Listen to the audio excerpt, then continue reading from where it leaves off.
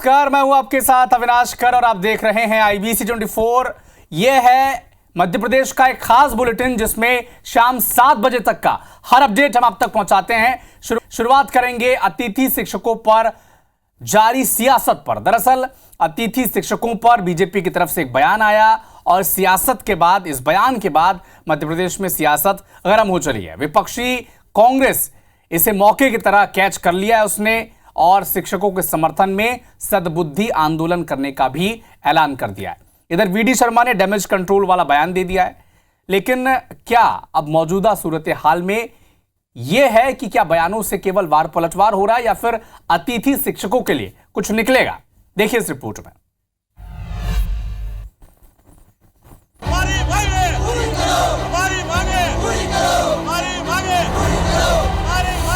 आप हमारे यहाँ मेहमान बन के आओगे तो घर पे कब्जा करोगे क्या? और अगर हम करेंगे तो उनकी सैलरी कहाँ से देंगे? MP में अतिथि शिक्षकों के नियमितीकरण के बारे में सरकार क्या सोचती है, ये तो स्कूली शिक्षा मंत्री राव उदय प्रताप सिंह के बयान से साफ हो ही चुका है। सरकार का मानना है कि अतिथि शिक्षकों को रेगुलर करने पर उनको देने के लिए सैलरी की समस्या आएगी। और अगर हम करेंगे तो उनकी सैलरी कहाँ से देंगे? और अब इस मुद्दे को कांग्रेस ने हाथों हाथ लिया। MP कांग्रेस पूरे प्रदेश में अब इसी के लिए सद्बुद्धि आंदोलन चलाएगी। प्रदेश भर में शिक्षकों का चरण पूजन होगा, उनका सम्मान किया जाएगा और बीजेपी को उनके पुराने वादे याद दिलाए जाएंगे। इस सरकार को सद्बुद्धि मिले, इसके मंत्री को सद्बुद्धि मिले, इसका पूरे प्रदेश में आंदोलन NSUI चलाएगी, यूथ कांग्रेस चलाएगी, हमारी महिला कांग्रेस चलाएगी कि शिक्षकों का अपमान हुआ है, उसका सद्बुद्धि की प्रार्थना भी करेगी और पाद पूजन करेगी। ये सारे जिलों में कार्यक्रम होगा। और आज यदि आप न्याय नहीं कर सकते तो हम सभी को सामूहिक रूप से आत्महत्या की अनुमति दीजिए ताकि रोज रोज का टंटा खत्म हो जाए। कांग्रेस के अभियान पर भारतीय जनता पार्टी के प्रदेश अध्यक्ष VD शर्मा ने कहा कि अतिथि शिक्षकों को बीजेपी सरकार ने सम्मान दिया है और शिक्षा कर्मियों को भारतीय जनता पार्टी की सरकार ने ही अध्यापक बनाया था। कभी कभी शब्दों में कोई चीज ऐसी निकल जाती है। शिक्षकों का सम्मान शिक्षक जानते कौन करता है। ये नौटंकी पैर पखाड़ के जीतू पटवारी जी या कांग्रेस के लोग जो कर रहे हैं, ये नौटंकी आपकी अब नहीं चलेगी। 8000 से ज्यादा अतिथि शिक्षक नियमितीकरण समेत 5 मांगों को लेकर आंदोलन कर रहे हैं। बीते 10 सितंबर को भोपाल में तिरंगा यात्रा निकालकर प्रदर्शन भी किया था। लेकिन अतिथि शिक्षकों को लेकर सरकार का क्या रुख है, ये तो स्कूली शिक्षा मंत्री के बयान से साफ हो ही गया है। देखना दिलचस्प होगा कि कांग्रेस इस मुद्दे को उठाकर क्या अतिथि शिक्षकों को उनका हक दिला पाती है। नवीन कुमार सिंह, IBC 24 भोपाल।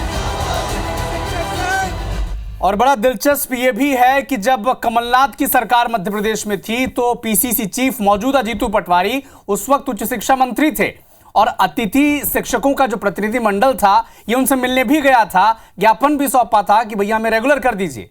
सवाल ये भी उठता है कि कांग्रेस ने उस वक्त ये फैसला क्यों नहीं लिया। तो इसी विषय पर आज face to face Madhya Pradesh 8:30 बजे हम डिबेट करेंगे। पूछेंगे कांग्रेस और भारतीय जनता पार्टी के प्रवक्ताओं ने से कि अगर अतिथि शिक्षकों के लिए दोनों ही पार्टियों ने कुछ नहीं किया है तो आरोप प्रत्यारोप किस पर हो रहे हैं, देखना ना भूलिए। Face to face Madhya Pradesh ठीक 8:30 बजे। बढ़ते हैं आगे। भोपाल के रेडक्लिफ स्कूल में 3 साल की मासूम से दुष्कर्म के मामले में अब एक्शन शुरू हो चुका है। प्रशासन ने स्कूल को सील कर दिया है। स्कूल की मान्यता भी रद्द कर दी जाएगी, यह फैसला लिया गया है। एक रिपोर्ट आप देखें, दिन भर क्या गुजरा है आज।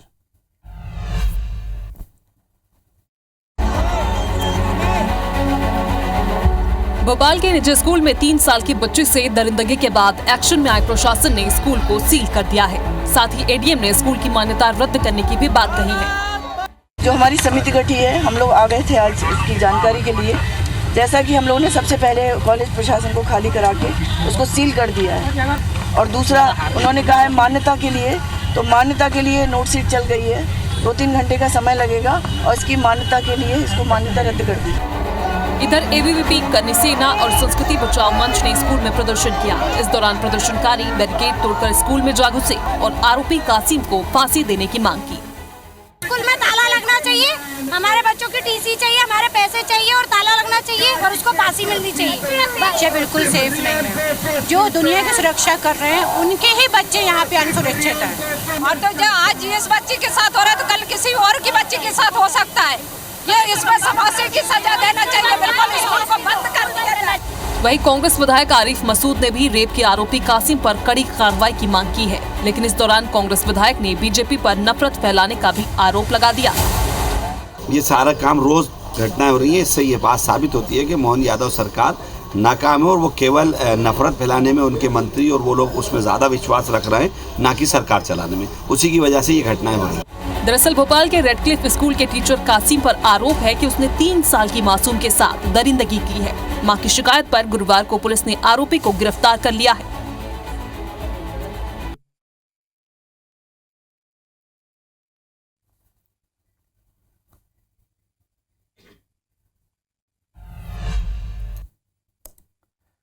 इधर राहुल गांधी ने अपनी अमेरिकी दौरे के दौरान जो कुछ उन्होंने कहा था, जो कुछ बयान उन्होंने दिया था, उस पर घमासान लगातार मचा हुआ है। पूरे मध्य प्रदेश के भारतीय जनता पार्टी के नेता अब राहुल गांधी के खिलाफ केस दर्ज कराने के लिए अलग अलग थानों में पहुंचे हैं। ये देखिए तस्वीरों में, इस रिपोर्ट में क्या कुछ हुआ है, देखिए इस रिपोर्ट में।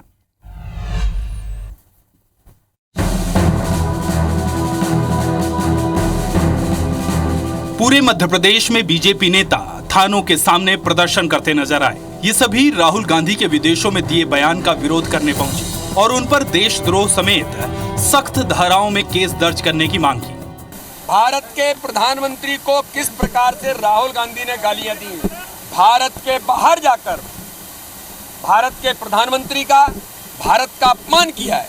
पूरी भारतीय जनता पार्टी देश के अंदर और मध्य प्रदेश के अंदर हमने राहुल गांधी के खिलाफ कानूनन कार्रवाई के लिए एफआईआर दर्ज कराई। इसकी शुरुआत कांग्रेस अध्यक्ष खड़गे और पीएम मोदी को लिखे लेटर से हुई, जिसमें उन्होंने राहुल गांधी के खिलाफ बोलने वाले नेताओं पर कार्रवाई की मांग की थी। जवाब में जेपी नड्डा ने भी राहुल गांधी समेत कांग्रेस के वरिष्ठ नेताओं के पुराने विवादित बयानों की याद दिलाई। प्रधानमंत्री और नेता प्रतिपक्ष की इस लड़ाई में दोनों तरफ से जमकर बयानबाजी भी हुई।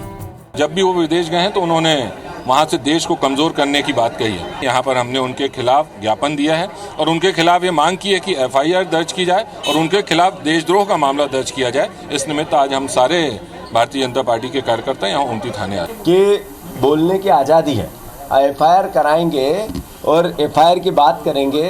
राहुल गांधी जी ने देश की एकता और अखंडता के लिए 4000 किलोमीटर पैदल चले। ये वीडी शर्मा जी पैरों की धूल भी नहीं है राहुल गांधी के। ये इनको ये करने से पहले आत्ममंथन करना चाहिए।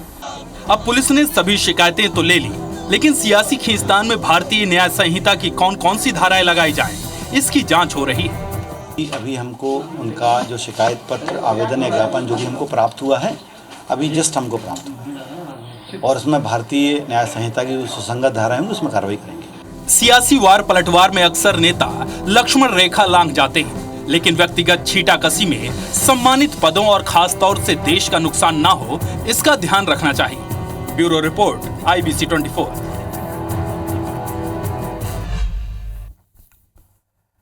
इंदौर में 4 साल का बच्चा गायब हो गया है। बच्चे का नाम किशु बताया जा रहा है। परिजनों ने बच्चे के अपहरण की आशंका भी जताई है। बच्चा अपने परिवार के साथ धार से इंदौर एक कार्यक्रम में शामिल होने के लिए आया था। दोपहर में कार्यक्रम के दौरान अचानक से बच्चा लापता हो गया। बच्चे को हर जगह ढूंढा गया, लेकिन वो मिला नहीं, जिसके बाद थाने में सूचना दी गई। परिजनों की सूचना पर पुलिस ने मामला तो दर्ज कर लिया है। तलाश भी जारी है बच्चे की खोजबीन के लिए पुलिस ने 6 से ज़्यादा टीमें लगा दी हैं। SDRF की टीम को भी इसमें शामिल किया गया है। लापता बच्चे के पिता ने उसके बारे में सूचना देने वाले को 1 लाख रुपए का इनाम देने की घोषणा की है और पुलिस इलाके में CCTV कैमरे खंगाल रही है।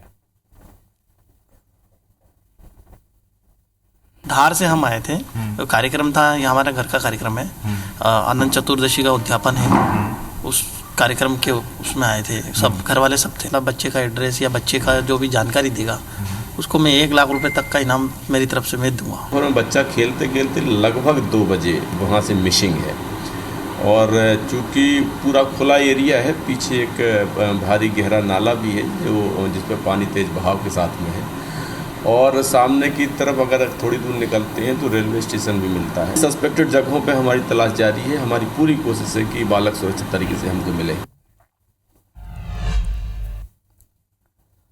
इधर मध्य प्रदेश में बारिश का कहर जारी है। मुरैना में 7 घर गिर गए हैं। ग्वालियर में स्टेडियम की बाउंड्री वॉल गिर गई तो सिंगरौली में बारिश ने प्रशासन के दावों की पोल भी खोल दी।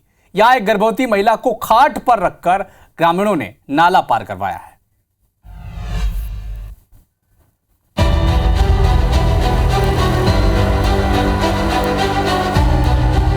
मध्य प्रदेश में बारिश का कहर जारी है।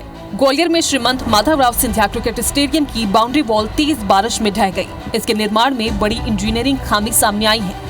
210 करोड़ की लागत से तैयार हुए इस स्टेडियम में 6 अक्टूबर को पहला अंतर्राष्ट्रीय T20 मुकाबला भारत और बांग्लादेश के बीच खेला जाना है। इधर दतिया में भारी बारिश से नाले में बाढ़ आ गई और रपटे के ऊपर कई फीट पानी बहने लगा। ग्रामीणों ने प्रसव पीड़ा से तड़प रही महिला को खाट पर रखकर नाला पार करवाया और निजी वाहन से अस्पताल पहुंचाया। इस वीडियो ने प्रशासनिक व्यवस्था पर कई सवाल खड़े कर दिए हैं। मुरैना के काजी बसई गांव में भी बारिश ने जमकर तबाही मचाई है। यहां लगातार बारिश से एक परिवार के 7 भाइयों के मकान भरभरा कर गिर गए, जिससे मकान के अंदर रखा लाखों रुपए का सामान बर्बाद हो गया। गनीमत रही कि जिस वक्त मकान गिरे उस वक्त कोई अंदर नहीं था।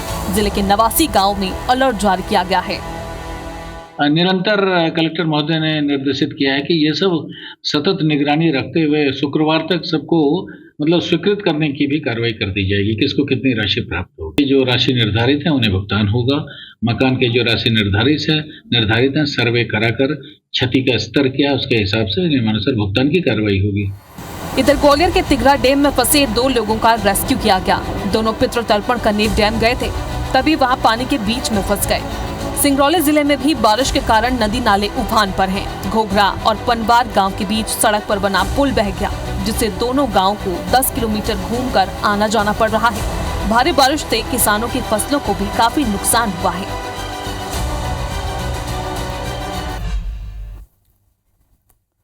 ग्वालियर में मंत्री प्रद्युम्न सिंह तोमर सरकारी स्कूल पहुंचे। मंत्री ने बच्चों के साथ खाना खाया, मध्याह्न भोजन की गुणवत्ता की जांच की। जहां आलू की सब्जी में केवल पानी ही उन्हें नजर आया। सब्जी में एक भी आलू का टुकड़ा उन्हें मिला नहीं। मंत्री जी को बच्चों को दाल भी परोसी गई थी, लेकिन वो भी पानी जैसी ही थी, जिस पर मंत्री प्रद्युम्न सिंह तोमर ने नाराजगी जताई। मौके से मंत्री ने जिला पंचायत सीईओ को फोन किया। मध्याह्न जो भोजन है उनकी गुणवत्ता पर नाराजगी जताई और DRP लाइन के सरकारी स्कूल में मंत्री जी पहुंचे थे। तो बच्चों के साथ एक ऐसा मजाक हो रहा है मध्याह्न भोजन के नाम पर। आज खुद मंत्री जी मुआयना के लिए पहुंचे थे और उन्हें जो दिखा उसकी शिकायत भी और एक्शन लेने की निर्देश भी उन्होंने दे दिए।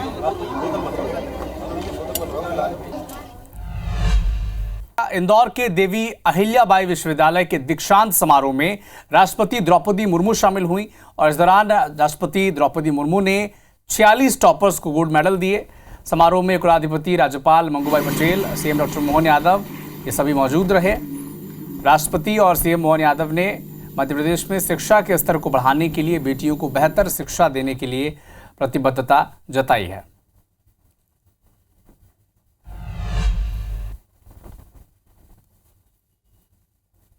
भारत 2047 में सबसे विकसित देश, सबसे आगे चलने वाले देश के रूप में हम बनाना चाहते हैं। इसीलिए आधा आबादी जो बेटियां हैं, जो महिलाएं हैं, माता है, बहनें हैं, उनको आगे बढ़ाने के लिए तो हम सबका उनका सहयोग की, उनका प्रोत्साहित करने की जरूरत आवश्यकता है।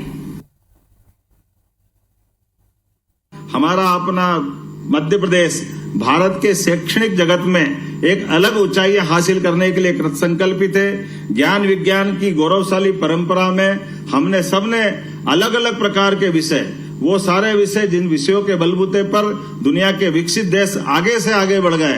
यशस्वी प्रधानमंत्री के नेतृत्व में मध्य प्रदेश भी कदम से कदम मिलाने के लिए तैयार है। माननीय नरेंद्र मोदी जी का मैं अभिनंदन करता हूं। सिवनी के सुकतरा हवाई पट्टी पर बाघिन और उसके 2 बच्चे नजर आए। ट्रेनी पायलट्स ने ये नज़ारा अपने मोबाइल में कैद कर लिया।